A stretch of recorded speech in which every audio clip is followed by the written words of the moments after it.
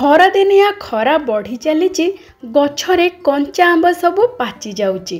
ଆଉ ନକରି ଡେରି, କଞ୍ଚା ଆମ୍ବ ସରିବା ଆଗରୁ ଆସନ୍ତୁ ମିଠା ଆମ୍ବ କୋରା ଆଚାର କରିବା ତିଆରି।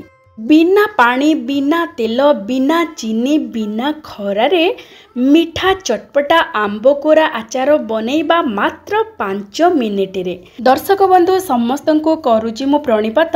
ମା ଗେଲୁ ହାଣ୍ଡିଶାଳକୁ ଆପଣମାନଙ୍କୁ ବହୁତ ବହୁତ ସ୍ୱାଗତ। ସବୁଠୁ ସହଜ ଉପାୟରେ ମିଠା ଆମ୍ବ କୋରା ଆଚାର ଆସନ୍ତୁ କରିବା ପ୍ରସ୍ତୁତ। ଆଜି ଆମେ କଞ୍ଚା ଆମ୍ବରେ ପ୍ରସ୍ତୁତ କରିବା ଆଚାର, ସିଏ ବି ପୁଣି ଥରେ ତିଆରି କରିକି ବର୍ଷ ସାରା ଆପଣମାନେ ତାକୁ ରଖିକି ଖାଇପାରିବେ। ଆଉ ସେଥିପାଇଁ ଆମେ ବହୁତ ସର୍ଟକଟ୍ ମେଥଡ଼ରେ ପ୍ରସ୍ତୁତ କରିବା, ମାନେ ମାତ୍ର 5 ମିନିଟ୍ ଭିତରେ ପ୍ରସ୍ତୁତ ହେଇଯିବ ଆମର ଏଇ ଚଟପଟା ଖଟା ମିଠା ଆମ୍ବ ଆଚାର। এই ଆମ୍ବକୁ ପ୍ରଥମେ ଭଲ ଭାବରେ ଧୋଇଦେବା। ଭଲ ଭାବରେ ଧୋଇ ସାରିବା ପରେ ପାଣିରୁ ଆମ୍ବ ସବୁକୁ ବାହାର କରିଦେବା। ତାପରେ ଗୋଟେ କପଡ଼ାରେ ଭଲ ଭାବରେ ପୋଛିଦେବା, ଯେମିତି ଆମ୍ବରେ ପାଣି ଅଂଶ ବିଲକୁଲ ରହିବନି। ଚୋପା ବିଲକୁଲ ରଖିବେନି। ଆମେ ଚୋପା ଛଡ଼େଇକି ଆଜି ଆଚାର ପ୍ରସ୍ତୁତ କରିବା। ଦେଖନ୍ତୁ ଭଲ ଭାବରେ ଆମେ ସବୁ ଆମ୍ବର ଚୋପାକୁ ଏମିତି ଛଡ଼େଇଦେବା। ଦେଖନ୍ତୁ ଆମେ ଆମ୍ବ ସବୁକୁ ଚୋପା ଛଡ଼େଇ ସାରିବା ପରେ ତାକୁ ଆମେ କୋରିକି ନେବା। ଆଉ ଦେଖନ୍ତୁ ଆମ୍ବ ଗୁଡ଼ିକ ଆମେ ଯେଉଁ କୋରିଛେ କେତେ ବଢ଼ିଆ ପୁରା ଲଛେଦାର ହେଇକି ଦେଖାଯାଉଛି। ଏବେ ଆମେ ଏଥିରେ ଦେବା ଗୁଡ଼। ଆପଣମାନେ ଗୁଡ଼ ପକାଇବେ। ଗୁଡ଼ ପ୍ରଥମତଃ ହେଲ୍ଦି ରହିବ। ତା ସହିତ ଗୁଡ଼ ଦେଇକି ଆଚାର ପ୍ରସ୍ତୁତ କଲେ ବହୁତ ବଢ଼ିଆ ସ୍ୱାଦିଷ୍ଟ ରହିବ ଆମର ଆଚାର। ଏଠି 750 ଗ୍ରାମର ଗୁଡ଼ ନେଇଛୁ।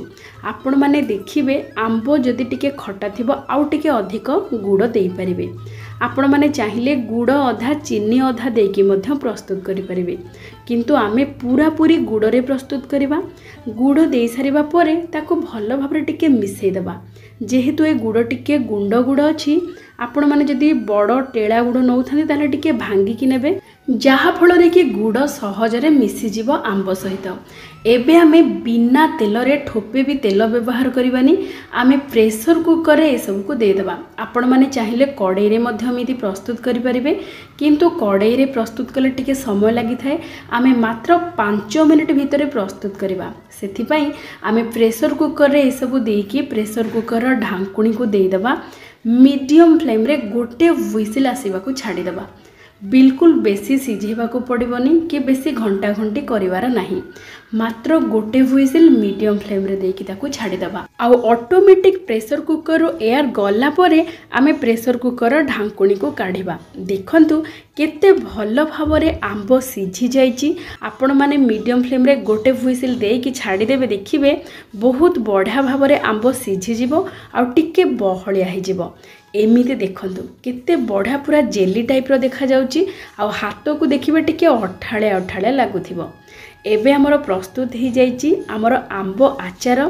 ଏବେ ଆମେ ଆମ୍ବ ଆଚାରରେ ଗୋଟେ ବହୁତ ବଢ଼ିଆ ଚଟପଟା ମସଲା ଗୁଣ୍ଡଟେ ପ୍ରସ୍ତୁତ କରିବା।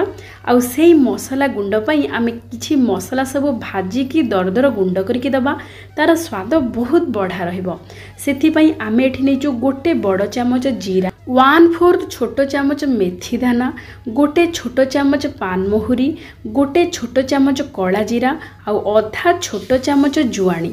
ଏଇ 5ଟି ଜିନିଷକୁ ନେଇକି ଆମେ ପ୍ରସ୍ତୁତ କରିବା ପୁରାପୁରି ମସଲେଦାର ଆମର ଆଚାରର ମସଲା ଗୁଣ୍ଡ। ଆକୁ ଟିକେ ଭାଜିଦେବା, ବେଶୀ ବି ଭାଜିବାନି। 1 ମିନିଟ୍ ପାଇଁ ପୁରାପୁରି ଲୋ ଫ୍ଲେମ୍ରେ ଭାଜିବା, ଯାହାଫଳରେ କି ବହୁତ ବଢ଼ିଆ ବାସ୍ନା ଆସିବ। ଏହି ମସଲା ଗୁଣ୍ଡକୁ ଆପଣମାନେ ଯେକୌଣସି ଆଚାରରେ ପକାଇ ପାରିବେ। ବହୁତ ବଢ଼ିଆ ସ୍ୱାଦିଷ୍ଟ ଲାଗିବ। ତା'ର ସ୍ୱାଦ 2 ଗୁଣ ବଢ଼େଇ ଦେବ।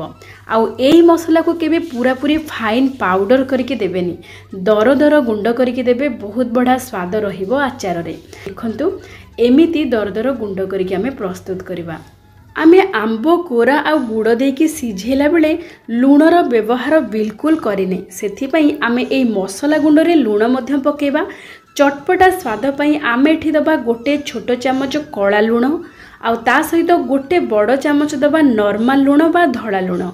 ତା ସହିତ ଆମ ଆଚାରରେ ଗୋଟେ ବହୁତ ବଢ଼ିଆ ରଙ୍ଗ ଆସିବା ପାଇଁ ଆମେ କାଶ୍ମୀରୀ ଲଙ୍କା ଗୁଣ୍ଡ ଦେଇଦେବା ଗୋଟେ ଛୋଟ ଚାମଚ, ଆଉ ହଳଦୀ ଗୁଣ୍ଡ ଦେଇଦେବା ଅଧା ଛୋଟ ଚାମଚ। एबे हमर प्रस्तुत हो गला पूरा चटपटा गुंड। एबे हमर प्रस्तुत हो जाइए मसला गुंड।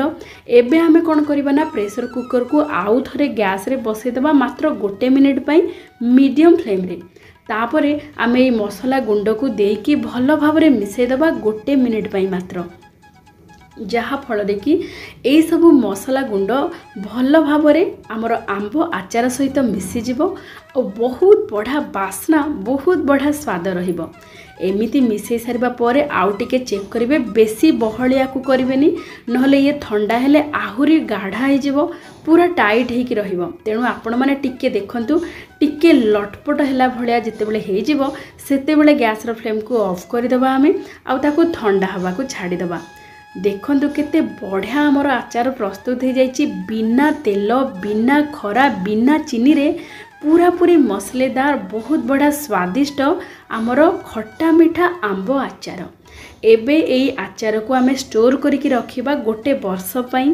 तेणु आपण माने देखंतु एई आंब आचार को भल भाव रे पूरा ठंडा करिकी तापरे स्टोर करिवे। एबे आंब आचार हमर भल भाव रे ठंडा हो जाइए आ आग अपेक्षा टिके बहलिया मध्य हो जाइए। देखंतु जेहेतु ये आंब आचार को आमे वर्ष सारा साइते रखिबा सेथिपई आमे कोन करिबा ना गोटे काच डब्बा हो किंबा एयर टाइट डब्बा आमे नबा आ से डब्बा को भल भाव रे धोईकी भल भाव रे सुखै सारिबा परे आपण माने आचार ता भितरे रखिबे, तापरे आपण माने फ्रिज रे रखिबे। देखंतु केते सहज रे प्रस्तुत हो गला हमर खट्टा मीठा आंब आचार। तो एई आचार पई बिल्कुल झंझट नाइ कि टेंशन नाइ, आपण माने बिना खरा रे बिना तेल रे एमिति प्रस्तुत करि परिबे पूरा खट्टा मीठा चटपटा आंबर आचार। आउ केमिति व्यवहार करेंगे देखंतु, एबे भल भाव रे टाइट करिकी तार खोल को दे देकी फ्रिज रे आपण माने रखिदेबे, पूरा आराम रे वर्ष सारा पई रहि जिवो। आउ जेते बेले आपण माने एई आचार को बाहर करिवे प्रथमतः सफा चामच नेबे, आउ से चामच रे बिल्कुल पानी लागी नथिबा दरकार। चामच को भल भाव रे पोछिकी पूरा सुखिला चामच नेबे आउ तापरे आपण माने चामच रे बाहर करिवे। आउ आचार बाहर कर सारिबा परे डब्बार खोल को सेमिति टाइट करिके दे देबे, तापरे फ्रिज रे सेमिति स्टोर करिके रखिबे। एमिति आपण माने थरे प्रस्तुत कर देबे एई आंब आचार को बिना तेल बिना चीनी बिना खरारे बहुत कम समय रे अति सहज रे आउ वर्ष सारा एई चटपटा मसलेदार आंब आचार रो मजा नहीं पारिबे। आउ छोट पिला मानकु आपण माने एमिति ब्रेड रे लगेकी मध्य देबे, बहुत बड़ा स्वाद रहिबो। आउ देखंतु केते सहज मध्य बनेबा, आपण माने निश्चय थरे बनांतु आउ समस्त को खुआंतु निजे खांतु। आजिर प्रस्तुति आपण मानकु केमिति लागिला विनम्रतार सहित अनुरोध निश्चय जणेबे। तेबे आजि पई एतिकी, पुणी देखाहेबा आउ गोटे चलचित्र रे आउ गोटे व्यंजन सहित। जय जय जगन्नाथ।